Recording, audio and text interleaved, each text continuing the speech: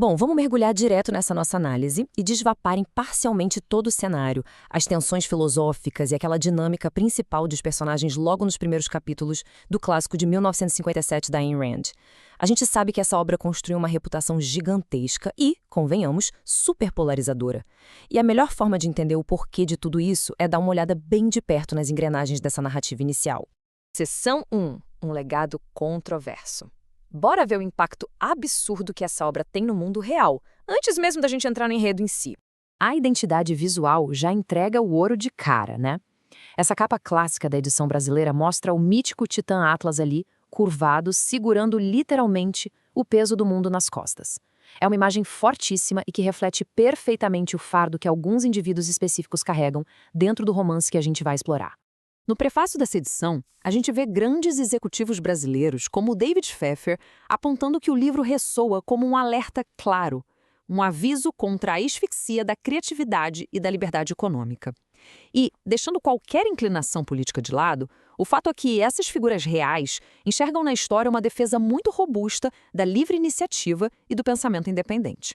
E para entender como essa edição específica chegou até as nossas mãos aqui no Brasil, vale muito a pena mencionar o papel da Editora Arqueiro, que foi fundada pelo Geraldo Jordão Pereira. A missão deles sempre foi publicar histórias empolgantes e acessíveis, e foram eles que trouxeram esse baita romance filosófico para o formato que a gente consome hoje. Seção 2. Um mundo em decadência. É aqui que a gente começa a ver como o livro constrói um universo que parece estar, literalmente, desmoronando a qualquer segundo. Logo nas primeiras páginas, e através dos olhos do personagem Ed Willers, a gente é jogado numa sociedade que está passando por um apagão de infraestrutura lento e agonizante. Imagina a cena. Ruas antes super vibrantes, agora com lojas falidas por todo lado. A cidade inteira coberta por uma fuligem constante. Até as locomotivas da Taggart Transcontinental, que eram o maior orgulho deles, estão quebrando todo santo dia. E por cima de tudo isso, paira aquele sentimento generalizado de ruína, sabe? Um desastre iminente sem rosto. Tem uma passagem fascinante para ilustrar isso. O Ed lembra de uma coisa lá da infância dele, um carvalho gigante na propriedade dos patrões. A árvore parecia invencível, o símbolo máximo de força. Só que um dia, um raio caiu e revelou o interior dela. O tronco estava completamente oco e podre por dentro. É uma metáfora brilhante para a decadência oculta do mundo onde eles vivem. Aquela grandeza toda é pura fachada.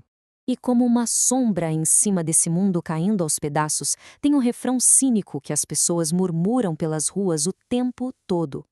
Uma pergunta simples, falada por vagabundos e pessoas desiludidas, que meio que engloba todo o desespero e a incerteza daquela época. Seção 3. Os inovadores competentes.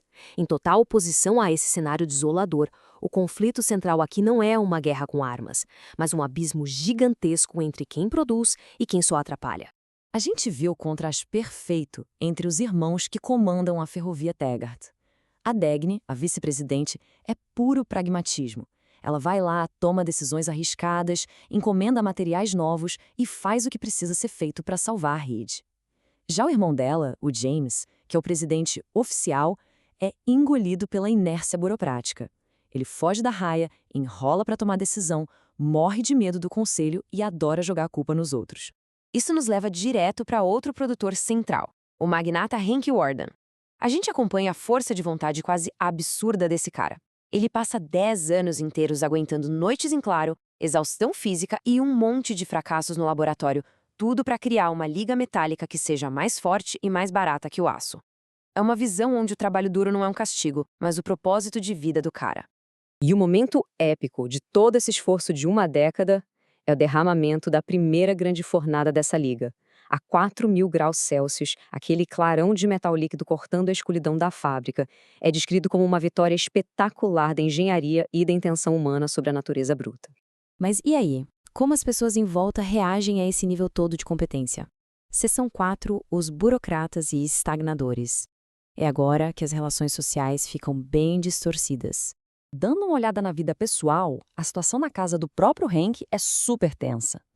Ele faz um bracelete com metal daquela primeira fornada histórica e dá para a esposa dele, a Lillian, cheio de orgulho. E qual é a resposta dela? Ela debocha na frente das visitas, chamando aquilo de sucata para fazer panela e encanamento. É o trunfo da vida dele sendo recebido não com admiração, mas com cinismo barato e chantagem emocional para tentar diminuir o cara. E essa energia pesada contamina completamente o mundo dos negócios. Personagens como o Philip Riordan e o Paul Larkin funcionam na base da evasão. Eles ligam muito mais para como a empresa sai na mídia do que para a produção real das coisas. Eles odeiam inovadores que sobem rápido, tipo Alice Wyatt, e adoram usar a amizade ou a culpa como arma para arrancar vantagens de quem realmente está trabalhando duro. Seção 5. O mistério persistente.